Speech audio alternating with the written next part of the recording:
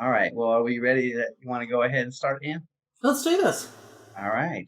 Well, we are thrilled to have you all here. Again, I'm Eric Wilkinson. I'm one of the therapists in Work Plus Life Connections, and we're in UK Health and Wellness.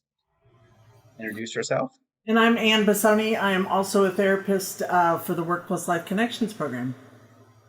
So we're really excited to have you all here. We hope that this will be an opportunity for us to collaborate and brainstorm together in creating the world's greatest board game for you, your friends, your family, your significant others, whoever you're hoping to play with.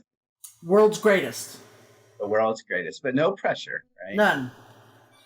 I would like to open by just a brief kind of reflection activity where I think a lot of you, and by the way, if you're able to, I always say this when I do these workshops, if you're able to turn on your camera, we love to see faces. I understand if you're not, but if you're able to, we welcome you, camera. If not, that's okay.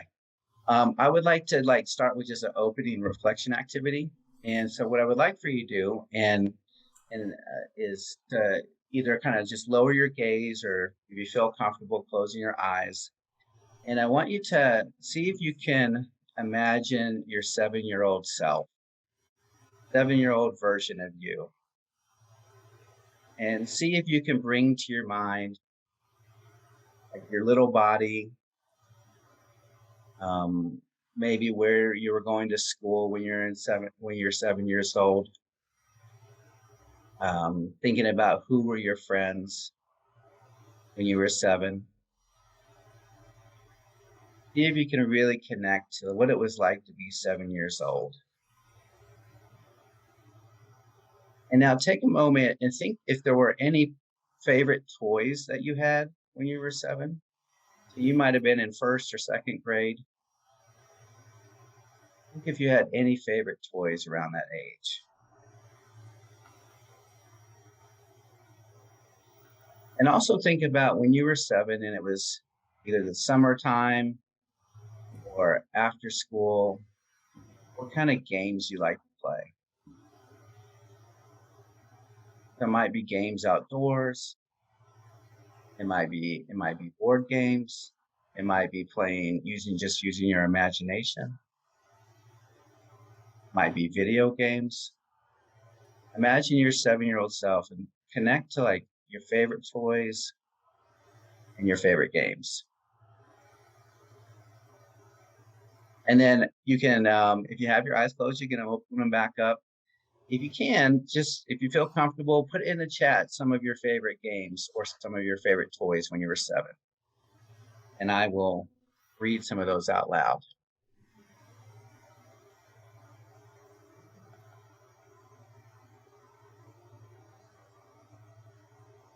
This is favorite toys or favorite games when you were 7 years old. Jurassic Park. We got Jurassic Park. You have Barbies. Oh, I loved He-Man. Dolores, we could have played with He-Man together. Our bike, swing set, sandbox, playing with Barbies, Payday. I'm not sure what Stacy, was Payday it just is. that head where you could do the hair? Did you guys have that? There's no body. It was just the head up that you could do stuff to. Oh, stuffed Oh, animals. I saw a doll that you could curl and style the hair. I remember that. Yeah, the a horse, playing with your horse.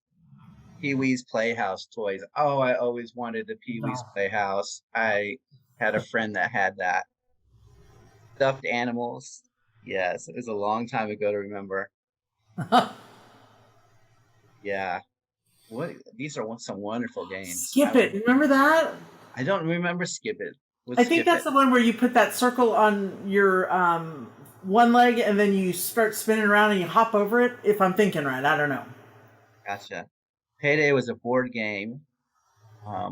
Okay. I'm gonna have to Google Payday. I remember my sisters had the game. You guys remember there was a game where it was supposed to be shopping at the mall. I would not put that in the list of the greatest board games of all time, but Ooh, Payday made me think of trouble. that. Yeah. The game Trouble. I love to this day. If you gave me a Trouble board and I just got to push that bubble and watch the Yeah. dice go, that is so fulfilling. Hmm. Atari. Yes, I Oh, actually still Tom. have an Atari. You all need to know that Eric's is a 70s and 80s nut. I love 80s culture specifically. Yes, I got myself an Atari games, Nintendo. I love Super Mario Brothers. That music just fills my soul with joy. Do-do-do-do-do-do. Oh, Light Bright! Hungry Hippos. I love Hungry Hippos. Oh, you guys are beating me to the punch. So these are some great games. So what I would like for the just to stay connected to this feeling of this joy, this feeling of play when we were like young and the toys that we really loved. And now what I would like to do is I'm just this is not a serious PowerPoint, but I'm gonna pull up a PowerPoint just to keep me on track here. All right, let's see if I can advance it. That would be another thing. Well, here, tell you what, I'm gonna skip that. Let's just do this. Can you put in the chat what are some of your favorite board games specifically? They can be favorite board games when you were little, favorite board games currently. So just put in the chat some of your favorite board games. And I will do this too.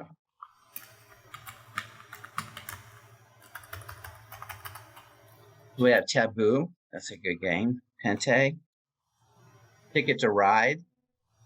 Sorry, Oh, Anne Love. Sorry. Candyland. Candyland. Yes. Tinkle. Sequence. Monopoly. Life. Sequence. Lords of Waterdeep. I don't know what that is, but it sounds cool. Scrabble. Cards Against Humanity. Chutes and Ladders. Clue. Scrabble. Scrabble sometimes caused some conflict with me and my family and friends. Uh, Cards Against Humanity, Chameleon, Monopoly, Clue, I another haven't heard of person, some of these. This is great. Terraforming Mars, Pictionary. Oh, that's a fun one. These are wonderful games. Um, I was going to, one of the things I looked at and I Googled was the top 10 games of all time. And this is not an official list. This is a It's a list sorry from, list. It's just sorry because there's no Anne sorry. totally disagrees with this list. This is a list from Better Homes and Gardening. They had the top 10 greatest board games of all time as number one, The Game of Life, then Clue, Candyland, Monopoly, Scrabble, Battleship, Risk, Stratego, Axis and Allies, and then Chess as the top 10 of all time. So you guys named several of those. I would like now for you just to think about this because this is going to be part of the game creation process, is to think about what elements of those games you like. Like what specifically did you like those games? Like I know for me, earlier someone mentioned Trouble. I just love pushing that little bubble and watching the dice go in Trouble. So what elements of these games did you like? Or do you like? And with your favorite games, what's the element? What's the play aspect of it that you like? Do you remember that game? I think it's called Mousetrap, where there's all these contraptions and you gotta, Yes. and I love that game, but after one time when you had to reset it up, I was like, oh, I'm done with this. It's a big investment. Yeah, it sure is, but it's sure fun when it's going. All right. So aspects. Ooh, strap. Um, let's see here. There's one with shapes like 5 second rule, free play, creativity, laughing with my family, strategy, solving mysteries, interacting, strategies and competitiveness, strategy and thought process, Yahtzee, rolling the dice. Yeah, that was great. Getting what you Shaking it need. in that cup. Yes. Getting to know the people that you're playing with. Okay, so when you're thinking about creating the greatest board game of all time, we have interactions, creativity. Think about these aspects, like how you could incorporate some of these into your game. Now, one of the things I encourage you to do is think about the board games as a jumping off point, as a starting point, so that yes, there can be things that are specifically tied to the game pieces and to the board, but there can also be things that move you away from the board that have you go maybe do a task or a fun activity. We'll talk about that in just a second. So now I would like to ask just if you can generate a list of some of your favorite non-board games that are games. So something that's a game, but it's not a board game. If you can put that in the chat. So for me, I love the like cornhole and ping pong. I love um, we got bananagrams, rummy, hand and foot, zilch, playing horse, rook, hide and seek, any card game, pickleball. Oh, pickleball is cool. Uno, tennis, volleyball. These are excellent. We have handball, putt, throwing a ball. Yeah, just throwing a ball is fun. Foursquare. That was I've actually thought about drawing a foursquare in my backyard, painting a foursquare in my backyard. I loved it. So with these non-board games, one of the ways of thinking about creating the greatest board game of all time is that you could incorporate some of the elements of these games into your board game. And it could be like if you land on a certain spot, you have to like go and play a quick game of Foursquare. Or it could be that if you land on a certain spot, you have to like, I'm trying to look at some of these other ones. You could have, I have like the old miniature ping pong table. So you have to have like a real quick ping pong game. So the game that you create can take you away from the game and bring you back to it. Somebody put pool. I once bought like a really miniature one of those little miniature pool tables, and even that was fun. Like just shooting the little, and I say miniature, I'm talking about a little pool table that was the size of my laptop. I was going to share. I had generated a list of some games and activities that I like that are not necessarily board games. Other things I thought about were charades, Pictionary, trivia, safe, truth or dare, scavenger hunt, movement or dance tasks, truth or dare, two truths and a lie, making art, singing a song or lip singing a song. I put both Bozo the Clown, ball toss, freeze tag. So there's a lot of potential that we can both have a board game that is a more traditional board game, but also that can bring in some of these elements. All right. So now what I'd like you to do, I'm going to pass over to Ann here for a minute, but I would like for you to think about what's already been shared and start to bring into your mind, as you design this board game, who are you designing it for? Is it for you to play with your friends? Is it for you to play with family members? Is it for you to play on date night or like as a party? Think about, who is this game for? Maybe if it's helpful to even jot that down. Think about what elements of traditional board games do you like? Some folks mentioned things like strategy, the idea of free play or creative play, interacting with others. Some people like luck. So what elements of games do you like that you want to be part of your game? And then also think about non-board games. Mm-hmm. And some of the things that you all listed. And is there a way to incorporate some non-traditional board games into your board game? So for me, I know that I would definitely have something. One of the ones I was thinking about for my board game is if you land on a certain square, you have to spend 2 minutes interpreting the thoughts of my pet. You have to narrate my pet's internal dialogue, or your own pet, right?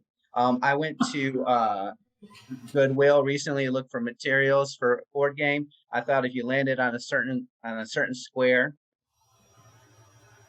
to go around doing this and talking like Darth Vader for an entire round. So, the more kind of out. I'm going to pass it over to Ann. She's going to talk about kind of thinking through the actual construction of the game and materials and things like that. Ann? Mm-hmm. Great.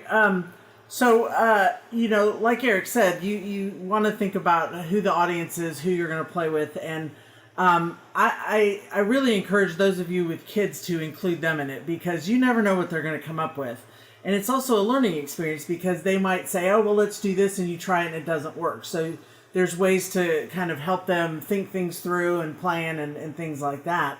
But I just wanted to start with like things that you might need to do if you're actually making a board game.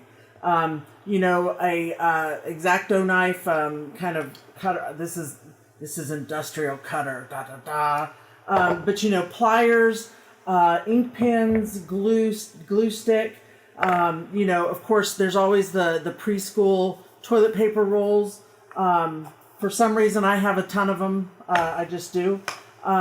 You know, but things like that, paper clips, rubber bands, different things that you think you might, and part of gathering some of these things is you might not know really what kind of game you want, but you see an object and you think, oh, we could do this with it.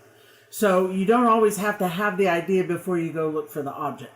And then, you know, we were thinking about if you have a game that you need a spinner, you can make a spinner. You know, you just get some kind of thicker paper, and we were talking about it the other day, and we were like, well, you could put a brad in there and split it and then do a paper clip. I've got so much stuff in my house, but for the life of me, I couldn't find a brad. So I just found a bread clip, or that bread tie, and if you bend it over and turn it, you can then stick it through the paper. And on the back side, you can bend the two ends, I think, yeah, so that it holds down. And then you just connect a paper clip, and you can spin it. Spin. Oops. There we go. And you can spin it. So that's one type of spinner. And you can also use, like I was thinking, for movement. I love rocks, so... and crystals, so you might, everybody might choose a rock, you know, or actually this is for player pieces, so you could do that. And then I was thinking, on the list you all will get, I typed in objects for board games, and there are tons of ideas, you know, for making player movement things. What am I trying to say, Eric? For the pieces, for the yes, tokens? player piece. So I also like to collect old charms and stuff, so you can use some of those. If it's a bigger game, you can use these little animal type things, but you can also make them. You know, again, the hard paper, the thicker paper, just cut a strip. Like I took this and I bent a piece over, and then I cut it down, and then you just bend it. You bend it this way, and then you bend it over so that your piece ends up looking like this. And then I got a sticker, and I just made a little movement piece. You know, and you can use any type of sticker on there that you want. It might be fun to put somebody's, you know, especially if you're kids or adults and you have funny pictures of each other, you can put them on there. Some people might get a checker and put a picture in the middle of that. You can use dominoes as a piece. So there's all sorts of different ways. And I was also thinking that another way to decide how far you move, if that's part of the game, is to get a book, a box, and put in dominoes, and you pull those out, and that's how far you have to move. So you can do things like that. What was that about, a passport photo? Yes, extra passport photos. Yeah, it's not just for fake IDs anymore. You can use them on things like that too. So, you know, and the other thing is you can get a picture and laminate it, and you can put it in clay, or that clay that you bake, or you know, things like that. So there's different ways of making it, and that's where I think if you have the group in mind that you want to play with, it might even be fun to start the party by having everybody make it their own piece, whatever that might look like, or to bring something you want to represent you on the board. The other thing I was thinking about is those games that Eric said, like where you move away from things, is maybe it's a scavenger hunt, and on the board there are some pictures or some clues. and you have to guess it, and then you all go find it, take a picture, and come back. The other thing I was thinking, as it just occurred to me, like if you're playing with kids or people that you don't know, it also might be fun to have some pictures on a board. And if you land on it, you have to make up a story about the picture, whether it's true. And Eric, this is where you can incorporate the lies or the truth. Yeah. Is it a true story or is it not? So that could be things like that. So there's really no end. And the thing about creating your own board is that you get to make up the rules. Now, if you're with kids, they'll make them up as they go and they'll change to fit their need. And that's okay. You know, I'm 55 and I still do that sometimes.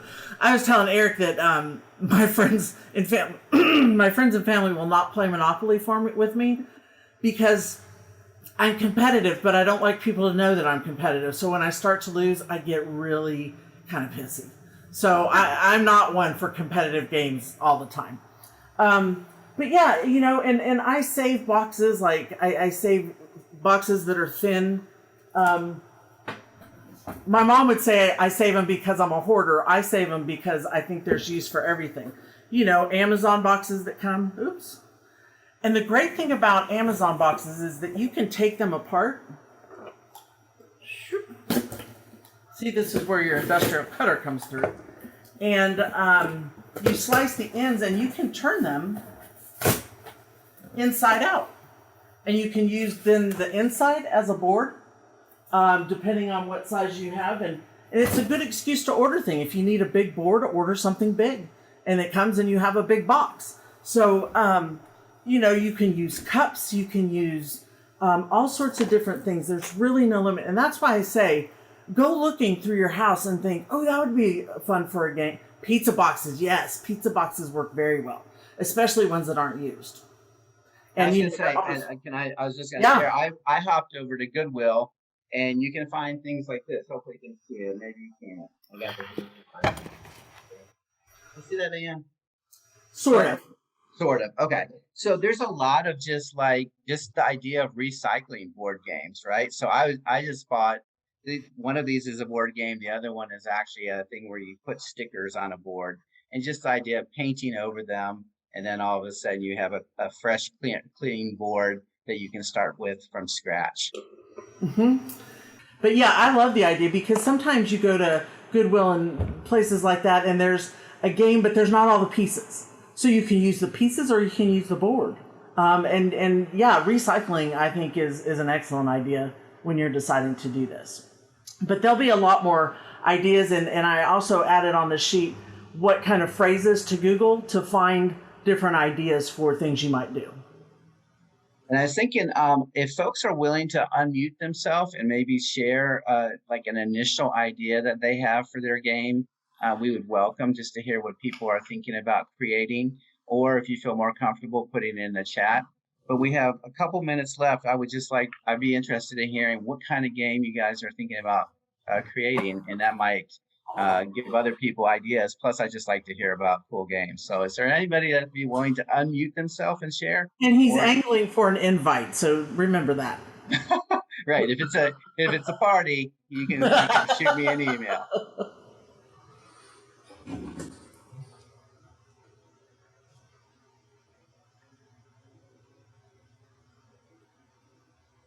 They're all still thinking, Eric. I know. We've wowed them. They almost can't speak. The ideas are whirling around in their heads.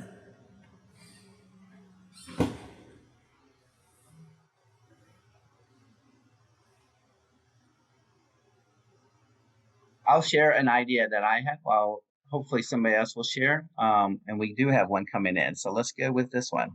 Ooh. Land on conversation starters or draw ones. Yeah. So moving around, you land on conversation starters. You developed a board game for a class assignment. Okay. Did you have to play it or just talk about it? Just talked about it. Okay. And I mean, we designed, like we had the board and all the pieces and everything, but I don't think we actually played it. I can't remember. Excellent. Not creative was looking for ideas. Have a teenager. Oh. A teenager, some of those talk games, those draw one kind of things can be fun. And active things like, let's go look for. You can do a scavenger list and make a list of things you look for in the neighborhood, and go for a walk and try to find an address with 3 in it, or a green car, or something like that. And with teenagers, I like to, have them. You could ask certain questions, but ask them, what's a celebrity or pop culture person that most represents this, or what's a character in a film that reminds you of this. If you're going to do something like that, trying to bring in pop culture, what's another way to say this? Using slang. Um, so like something along those lines. Let's see. We have another one. We have conversation topics for playing with my post-college kids. Yeah. So there are some wonderful, like, I think they call them like conversation starters for parties. There's a whole series of those that can be really effective. We'll include, now that a couple of people mentioned those, I'll include that in the materials that we email out to everybody, a list of some conversation starters. The slang idea, right? Yeah. Somebody like that idea. I like being silly, so that's why I like the Pictionary and the charades. I used to do a lot of groups with teenagers, mental health oriented groups, but charade or Pictionary was always a hit. People love to draw things and guess what they're drawing. That was always a lot of fun. Um, Werewolf and Exploding kittens. are fun games for teens and older. So that must be a game that exists. Werewolf and Exploding Kittens. Is that right, Is Dolores? that one game or is that two? No, it's 2 different games. One's Two called different games. Werewolf, and then the other one's called Exploding Kittens. But they're card games, but they're very interactive. And like Werewolf has an app that you put on your phone and helps you play it. And we've had a lot of fun as families playing it. Okay. And Aaron put in there that charades and Pictionary show how well you know your partner or your team. Costume Party Assassins. Someone says their team loves it. Oh, I love that. Costume Party Assassins. That sounds so wonderful. There is a Cards Against Humanity for families. It's not the adult version, so that's another one that might be fun with teenagers. But I think a lot of the fun of this can be whoever you want to play the game with is co-creating it together and letting people come up with different elements. And again, this idea that we can, if you roll a certain certain number on the dice, you gotta like jump up and down and bark like a dog, or you gotta dance to like a Beyonce song. It could be really anything, especially if it's something that is generated as part of the group. All right. Well, we have come to the end of our hour. Ann and I will put together kind of a resource packet that we'll email out to folks. We will also try to capture a lot of what was shared in the chat, just kind of as a list of ideas. We have another one here from Jennifer. She said, "Relative Insanity is like Cards Against Humanity, but more family appropriate.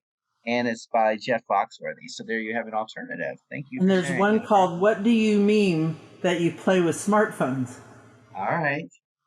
What do you mean with smartphones? So I think, the idea of, depending on who you're playing with, kind of using that collective mind and saying, let's just create something that's fun. And like, what can we do? Knowing that it's ours. It's like, let's just start drawing on the board, writing out ideas, and then we'll run with it. And that's a lot of the fun, is creating the process is as fun as playing the game. We're sure glad you all came and participated. And there's some great ideas, things I hadn't thought of in a long time. So yes, thank you for joining us. And again, we'll post this video and we'll email out resources. Thanks, everybody. Have a good day.